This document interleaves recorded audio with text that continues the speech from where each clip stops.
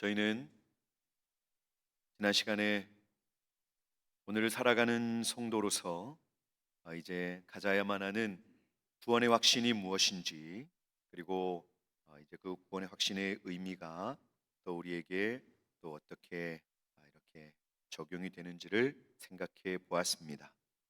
사도는 부르심과 택하심을 굳게 하라라고 말씀을 했습니다. 이것은 보배로운 믿음을 선물로 받아 구원을 받은 저희 모두가 이 놀라운 구원에 대해서 깊이 알고 또 확신을 갖는다는 의미입니다. 그 성도들이 주님을 알고 믿을 때에 우리의 이 부르심과 택하심은 사실은 하나님 고유의 일이지만, 그것을 우리가 복음 안에서 알게 된 저희는 이제 그 내용을 잘 알고 또 확신하는 데까지 우리가 나아갈 수 있어야 한다는 것입니다. 지난 시간에도 말씀을 드렸듯이 교회 안에는 아직 자신의 구원받음에 대해서 확신을 갖지 못하는 분들이 없지 않습니다. 구원의 확신에 대한 부분은 그래서 오늘날 저희들에게도 매우 중요한 문제입니다. 그러면 저희가 왜 이 구원의 확신을 가지고 믿음의 삶을 살아야 할까요? 저는 먼저 잠깐 이 이유를 한번 다시 생각을 해보고, 그리고 어떻게 하면 이 구원의 확신을 가질 수 있는지를 생각해 보도록 하겠습니다. 자, 첫 번째로 무엇보다도 성도가 구원의 확신을 가지고 살아야 하는 그 중요한 이유는 하나님께서 그것을 오늘 본문처럼 저희 성도들에게 명하시기 때문입니다. 즉, 이 구원의 확신은 사람들이 생각해낸 것이 아닙니다. 하나님의 말씀 속에 그것이 나타나 있는 것입니다. 성도들이 구원에 대한 확신을 가져야 한다는 것은 하나님의 구원 방법의 일부이기 때문에 신약 성경 그 서신서에서는 여러 곳에서 발견할 수 있는 진리입니다. 그래서 모든 서신서들의 목적은 예수 그리스도의 피 묻은 복음으로 이렇게 구원을 받은, 먼저 주님을 듣고 또 주님을 믿게 된 그 보배로운 믿음으로 주님을 믿는 성도들에게 이 확신을 주려 하는 것입니다. 하나님께서 서신서를 통해서 성도들을 찾아가시는 이유는 자신들이 구원받음을 확신하고 살게 하려는 것입니다. 또한 이 성경을 읽는 성도들에게 이 구원의 확신에 대한 진리, 이 지식을 알려주려고 하는 것임을 저희는 기억해야 하는 것입니다. 그럼 이런 말씀들을 한번 구체적으로 살펴볼까요? 간단히 우리 세 부분만 보도록 하겠습니다. 먼저 사도 바울은 디모데후서 1장에서 이렇게 말씀하고 있습니다. 자, 우리 한번 한 목소리로 읽어보겠습니다. 이로 말미암아 내가 또 이 고난을 받되 부끄러워하지 아니함은 내가 믿는 자를 내가 알고 또한 내가 의탁한 것을 그날까지 그가 능히 지키실 줄을 확신함이라. 아멘. 내가 믿는 자를 내가 알고 또한 내가 의탁한 것을 그날까지 그가 능히 지키실 줄을 확신합니다. 이렇게 확신에 대한 말씀을 사도 바울은 주저하지 않고 기록을 하고 있습니다. 자, 또 한 군데 볼까요? 로마서 8장을 잠깐 한번 보도록 하겠습니다. 로마서 8장 38절과 39절인데요. 같이 한번 읽어보겠습니다. 내가 확신하노니 사망이나 생명이나 천사들이나 권세자들이나 현재일이나 장래일이나 능력이나 높음이나 깊음이나 다른 어떤 피조물이라도 우리를 우리 주 그리스도 예수 안에 있는 하나님의 사랑에서 끊을 수 없으리라. 아멘. 자, 또 한 군데를 우리 마지막으로 보도록 하겠습니다. 디모데후서 4장 7절과 8절입니다. 한번 같이 천천히 읽어볼까요? 나는 선한 싸움을 싸우고 나의 달려갈 길을 마치고 믿음을 지켰으니 이제 후로는 나를 위하여 의의 면류관이 예비되었으므로 주 곧 의로우신 재판장이 그날에 내게 주실 것이며 내게만 아니라 주의 나타나심을 사모하는 모든 자에게도니라. 아멘. 사도 바울의 이 확신에 찬 선포를 여러분 한번 들어보십시오. 그런데 이렇게 말하는 바울을 겸손이 부족하다라고 비난할 수 있을까요? 그럴 수 없습니다. 왜냐하면 사도 바울은 저희가 이미 알고 있는 대로 그는 이렇게 자신의 신앙을 고백하던 사람입니다. 제가 한번 읽어드리겠습니다. 나는 모든 사도 중에 지극히 작은 자라. 사도라 부르심을 감당치 못하겠노라. 그리고 mit보다 모든 사람이 받을 만한 이 말이요, 그리스도 예수께서 죄인을 구원하시려고 세상에 임하셨다 하였도다. 죄인 중에 내가 괴순이라. 아멘. 오늘 사도 바울은 자신이 죄인 중에 첫 번째가 됨에도 불구하고 그 자신은 이미 구원을 확신하고 있다라고 말씀하고 있습니다. 오늘 베드로 사도는 이것을 저희에게 알려주려고 하는 것입니다. 저희도 이렇게 우리가 받은 은혜, 우리가 받은 구원이 우리에게 이렇게 확신이 되기까지 믿어질 수 있어야 한다는 것입니다. 이 믿음으로 살 수 있어야 한다는 것입니다. 이것을 저희에게 권하려고 하는 것입니다. 그러므로 저희는 자신의 어떠함으로 결코 자신의 구원의 확신을 가질 수 없다라고 말하면서 오히려 하나님의 은혜의 구원을 신뢰하지 못하는, 받아들이지 못하는 그런 불신앙적인 거짓 겸손을 저희는 경계해야 합니다. 여러분, 이 은혜의 구원을 확신을 가지고 믿는 것이야말로 사실 지극히 큰 겸손이고 올바른 믿음임을 믿으시기 바랍니다. 저희가 교회나 세상이 예전부터 알고 있었던 가장 겸손한 자들은 그들의 구원을 확신해 온 사람들이었습니다. 그들은 모든 것이 전적으로 하나님의 은혜라는 사실을 깨달았던 것입니다. 그래서 더 이상 자신은 없어지고 오직 예수 그리스도의 은혜와 그 사랑만 남아서 참된 구원의 확신은 결국 우리 구주 예수 그리스도를 더욱 사랑하고 그분만을 높이는 삶을 살게 만들어 주었던 것입니다. 자, 그러면 이제 하나님의 명령에 의해서 우리는 구원의 확신을 가져야 합니다. 그러면 두 번째로 저희가 부르심과 택하심을 견고하게 가져야 되는 이유는, 두 번째 이유는 바로 조금 더 실제적인 의미가 있는데요. 그것은 저희가 이 확신을 가짐으로 그리스도를 위한 보다 더 훌륭한 증인이 될 수 있기 때문입니다. 여호와로 인하여 기뻐하는 것이 너희의 힘이니라 라고 느헤미야는 선포했습니다. 정말 그렇습니다. 여호와로 인하여 기뻐하는 것이 너희의 힘이니라. 아멘. 하나님과 그리스도를 위한 가장 좋은 일꾼은 하나님 앞에서 자신의 위치를 가장 분명하게 알고 확신하는 사람입니다. 만일 사람이 그의 구원과 그로 인해 받은 신분과 지위를 확신하지 못한다면 어떻게 복음을 전하며 영혼들을 예수께로 구원으로 인도할 수 있겠습니까? 의심하고 신뢰하지 못하고 확신하지 못하면 예수 그리스도를 당당히 말할 수가 없습니다. 우리의 증언을 가장 불확실하게 하는 것이 바로 이 부분입니다. 또 우리가 주일학교에서 생각해 본다면 주일학교에서 아이들을 가르쳐야 하는데요, 선생님들이 아이들을 겁냅니다. 왜 겁냅니까? 가만히 생각해 보면 그 이면에 확신이 없는 것입니다. 주일학교에서 교사들이 확신과 이 구원의 확신을 가질 수 있는 지식이 없다면 아이들을 자신이 알고 있는 주님을 당당히 전할 수 없는 것이죠. 그래서 다른 것들을 예수님을 믿으니 너 한번 예배 잘 빠지지 말고 드려봐. 좋은 대학 가게 된다. 너 한번 예배를 빠지지 말고 한번 주님을 잘 믿어봐. 주님이 너가 원하는 그거 이루어 주신다. 저희가 부르심과 택하심을 더욱 더 확신할수록 우리는 더 많은 사람들을 우리 구주 예수 그리스도께로 인도하게 되며 또 영혼의 그 긴급한 필요가 있는 자들에게 예수 그리스도의 피 묻은 복음을 전해서 주님이 어떤 분이신지, 주님이 우리를 위해 무슨 일을 해주셨는지를 우리는 당당하게 확신 있게 전함으로써 그 긴급한 도움이 필요한 영혼들을 주께로 인도할 수 있게 될 것입니다. 그들을 도울 수 있게 될 것입니다. 바라기는 저희 모두가 이 구원의 확신을 통해서 날마다 우리 구주 예수 그리스도의 능력 있는 증인들이 다 되실 수 있기를 주님의 이름으로 축복합니다.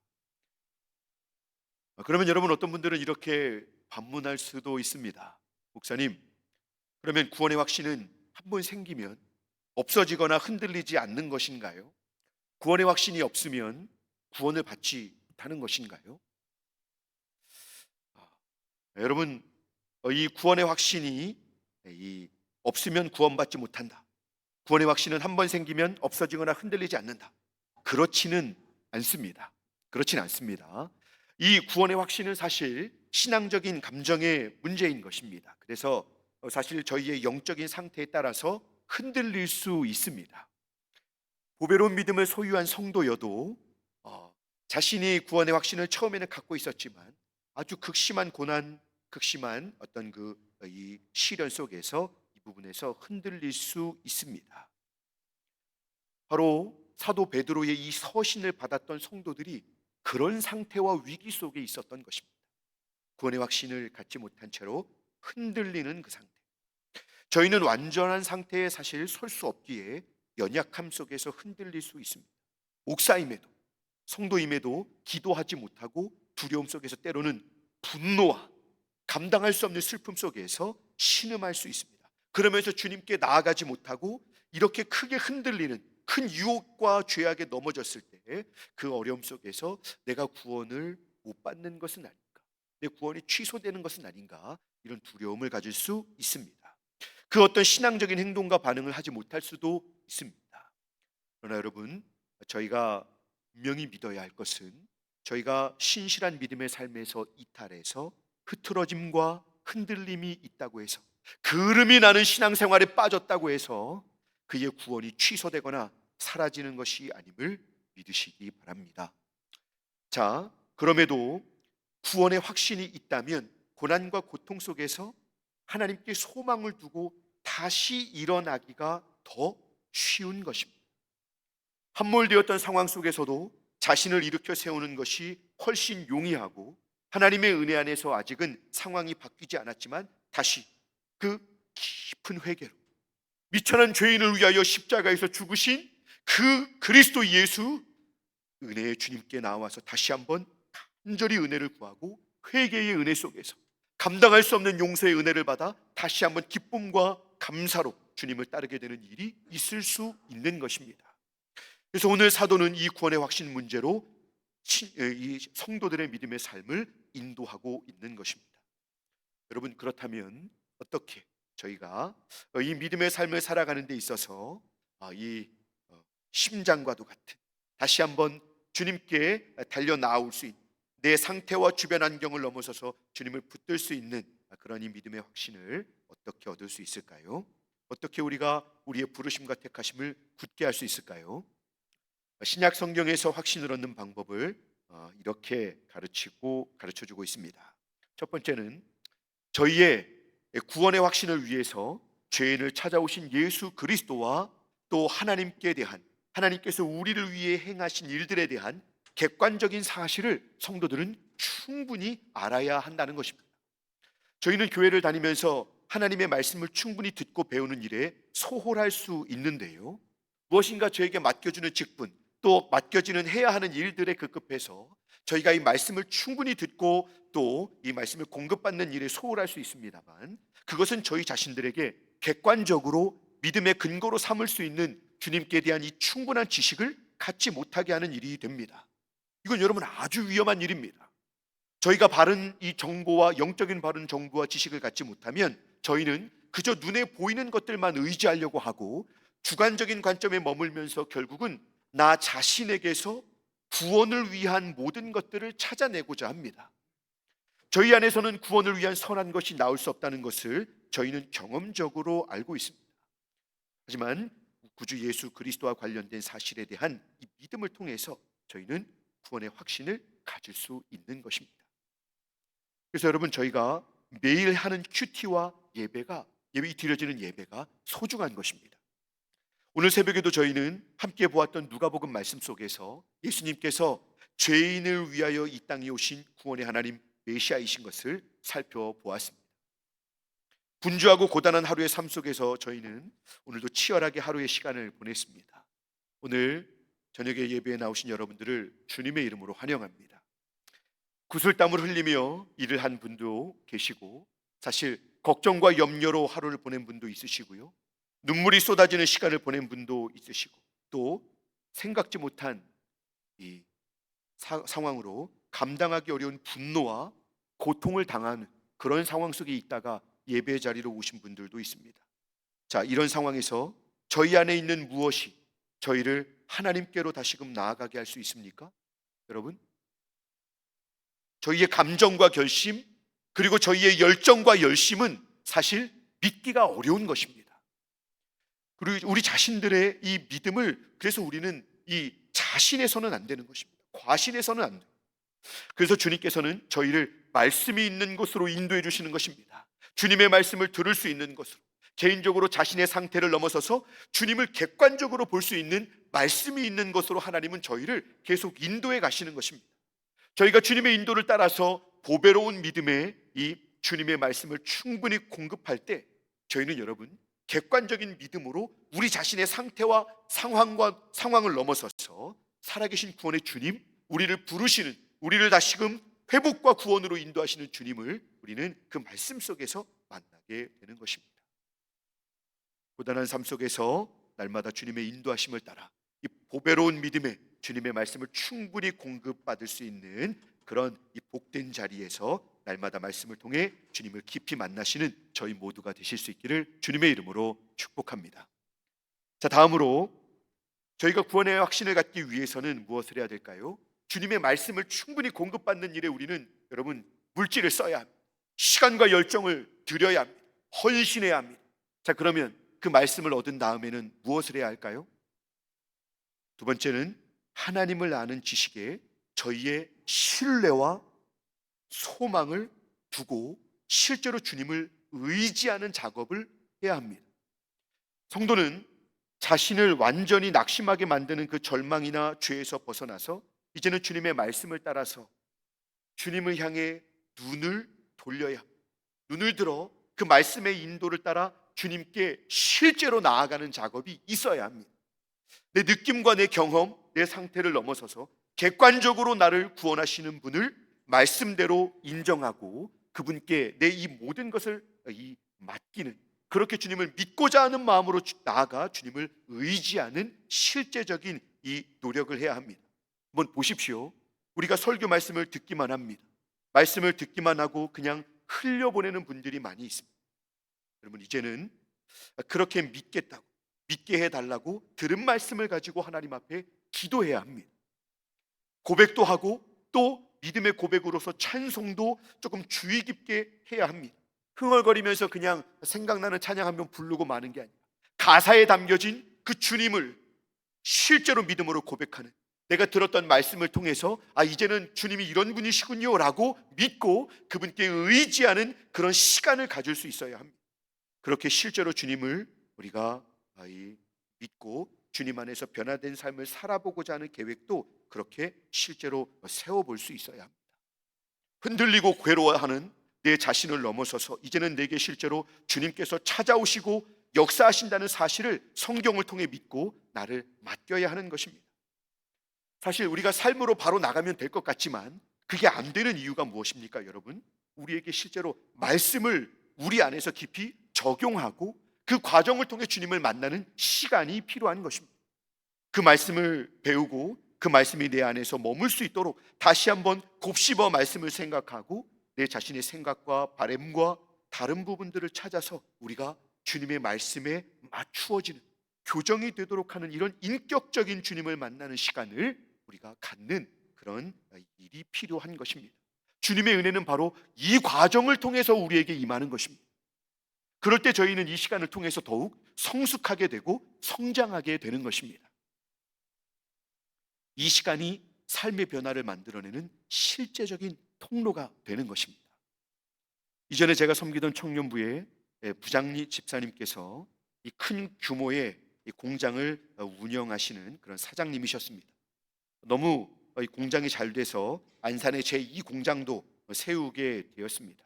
모두가 그 집사님의 성공을 부러워하고 또 감사하고 있었습니다.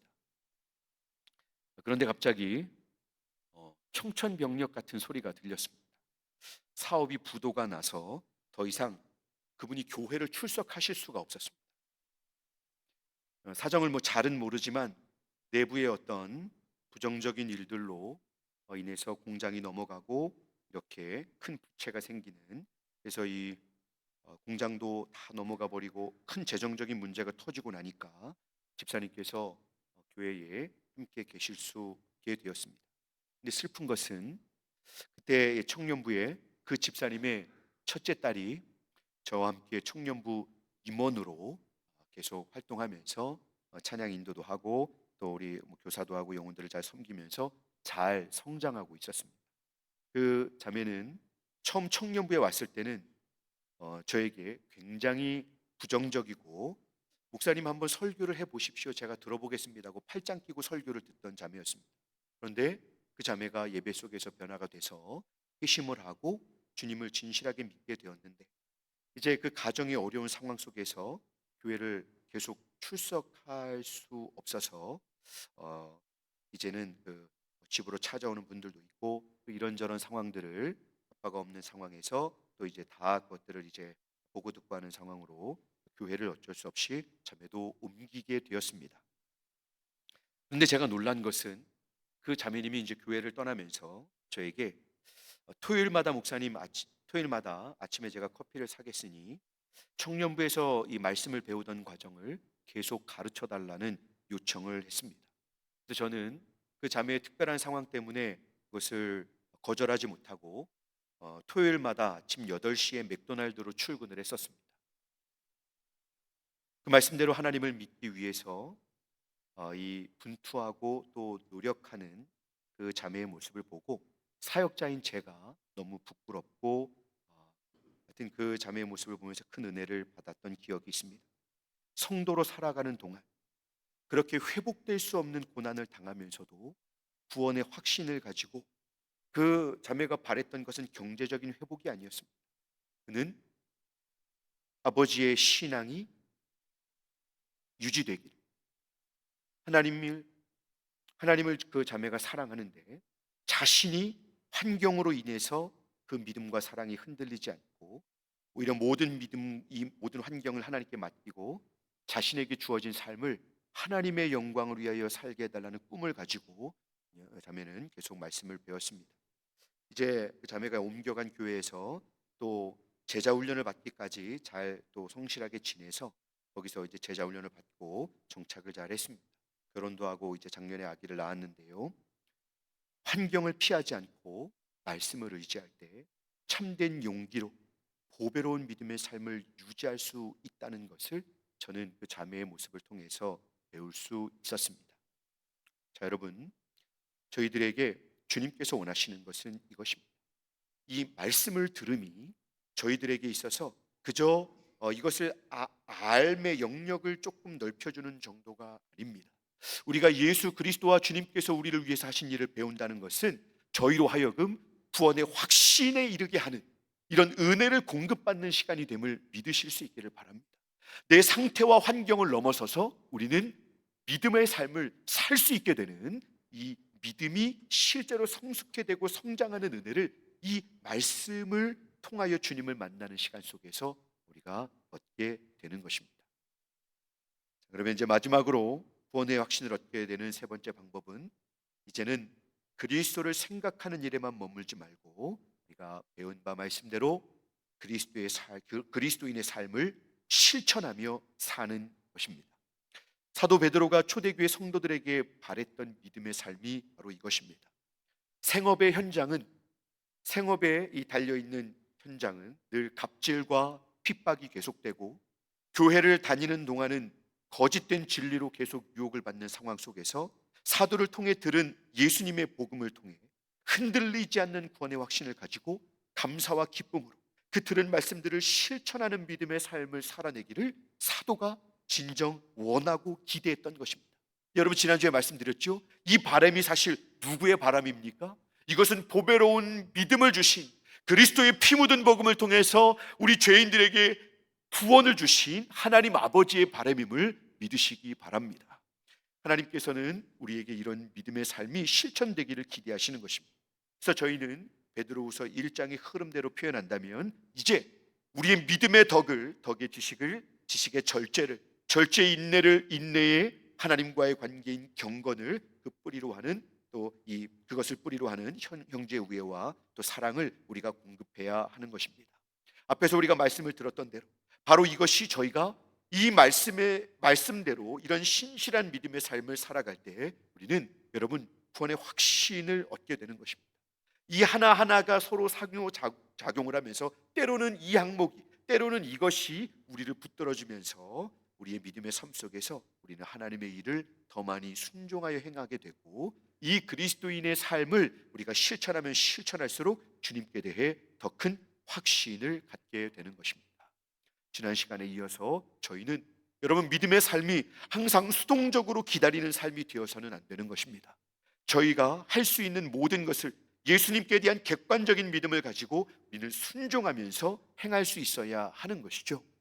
이제 하나님을 사랑하고 그 은혜와 주님의 사랑을 의지하여서 이제는 이 주님의 말씀대로 사랑으로 행하는 저희가 되기까지 보배로운 믿음으로 이 실천하는 삶을 구체적으로 이루어서 이 구원의 확신을 가지고 살아가시는 저희 모두가 되실 수 있기를 간절히 소망합니다. 말씀을 맺겠습니다. 믿고 행하는 것, 우리가 알고 이 들었던 말씀들대로 우리가 믿고 행하는 것이 그리스도인의 삶의 원칙이라고 할 수 있습니다. 때로는 그름이 나는 것 같이 죄에 넘어지기도 하고 상처를 주기도 하고 받기도 하고 또 이 하나님께 감사와 기쁨을 드려야 하지만 이런 것들을 잃어버리고 불평과 원망을 쏟아내면서 흔들릴 때도 있지만, 이럴 때면 신속하게 우리를 먼저 찾아오시고 그 두려운 십자가를 친히 담당하심으로 용서와 구원을 주신 예수 그리스도께 달려가시는 저와 여러분들이 되실 수 있기를 바랍니다. 또한 힘겨운 삶을 감당할 때 이런 저희를 늘 염려하시며 위로하시고 또 평안을 주시는 사랑의 주님의 말씀을 견고하게 의지하고 또 그 말씀 속에서 주님을 진실하게 또 만나시는 여러분들이 되실 수 있기를 바랍니다. 치열한 믿음의 삶의 현장에 그대로 이 모든 주변적인 것들은 그대로 있지만 변화된 것이 하나도 없지만 저희로 다시금 회복시켜 주시고 일으켜 주시고 구원의 확신을 가지고 보배로운 믿음의 생기와 능력을 드러내면서 승리하게 하시는 그 은혜를 말씀 속에서 풍성히 경험하실 수 있기를 바랍니다. 저희는 이런 일들로 우리의 부르심과 택하심을 견고하게 굳게 하는 것입니다. 바라기는 우리의 구원의 확신이 날마다 더 견고해지고 또 이 견고해진 우리의 확신으로 더 많은 영혼들에게 저와 여러분들이 예수님의 복음을 더 확신 있게 증거하여 더 많은 영혼들을 도울 수 있게 되기를 소망합니다. 저희 자녀들이 교회의 부모님들과 또 저와 여러분들과 교사들에게서 이 구원의 확신을 보고 자신들도 부모님의 주님을 믿고 싶어서 또 저희들의 이 직장 동료들이 이웃들이 저와 여러분들의 확신을 보고 그렇게 사는 삶의 이유를 묻고 살아계신 우리 구주 예수 그리스도께 나오게 되는 일이 있게 되기를 간절히 소망합니다. 이렇게 구원의 확신 속에서 날마다 주님과 동행하시는 저와 여러분들이 되실 수 있기를 주님의 이름으로 축복합니다. 기도하겠습니다.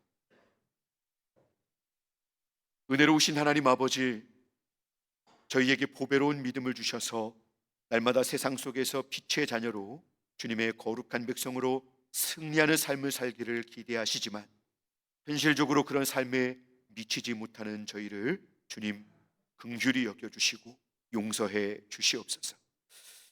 사도의 이런 가르침을 통해서 더욱 확신하는 삶으로 저희들을 불러주시는 것을 저희가 알게 되었사오니 성령께서 도와주셔서 모든 것이 어려운 이때에 힘든 상황과 저희 자신들에게서 이제는 시선을 돌려 주님의 말씀, 믿음의 확고한 토대가 되는 주님의 말씀에 더욱 충실하게 하여 주시옵소서.